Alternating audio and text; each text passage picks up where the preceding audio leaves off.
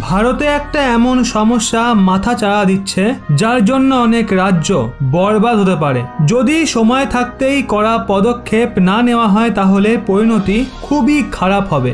আপনাদের জানিয়ে দিই, এই ভয়ঙ্কর সমস্যা নিজের প্রভাব দেখানো শুরুও করে দিয়েছে। এখন এই সবকিছুর মাঝে প্রধানমন্ত্রী মোদীকে এই ব্যাপারে এক্সপার্টরা দাবি করছেন যদি খুব তাড়াতাড়ি এই সমস্যার সমাধান খুঁজে না বার করা হয় তাহলে ভারতের অনেক রাজ্যের অবস্থা শ্রীলঙ্কার মতো হবে। আপনাদের বলে দিই, নির্বাচনে ভোটারদের লোভ দেখানোর জন্য রাজনৈতিক দলগুলো সবকিছু ফ্রিতে দেওয়ার ঘোরে মেতে থাকে। এই কারণে এখন দেশের অনেক রাজ্য গরিবতা তলানিতে পৌঁছে গেছে। দেশের অনেক সিনিয়র বিউরোক্রেটস সতর্কতা দিয়েছে যদি এই ধরনের জিনিসকে বন্ধ না করা হয় তাহলে দেশের অনেক রাজ্য শ্রীলঙ্কা এবং গ্রিসের মতো কাঙাল হয়ে যাবে। ওই সমস্ত বিউরোক্রেটস প্রধানমন্ত্রী মোদীকে তাদের চিন্তার ব্যাপারে বলেন।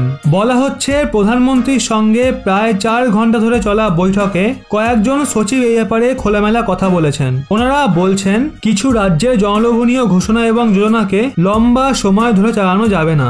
যদি এগুলোকে না থামানো হয় তাহলে দেশের অনেক রাজ্য আর্থিকভাবে দুর্বল হয়ে যাবে। ওনারা বলতে চেয়েছেন মানুষদের ফিতে দেওয়ার এই ঘোষণার জন্য অনেক রাজ্যের অবস্থা খারাপ হয়ে গেছে। আপনাদের জানিয়ে দিই, যেই সচিবরা প্রধানমন্ত্রী নরেন্দ্র মোদীর সঙ্গে দেখা করেছেন তাদের মধ্যে অনেক সচিব কেন্দ্রে যাওয়ার আগে রাজ্যগুলোয় গুরুত্বপূর্ণ পদে কাজ করেছেন।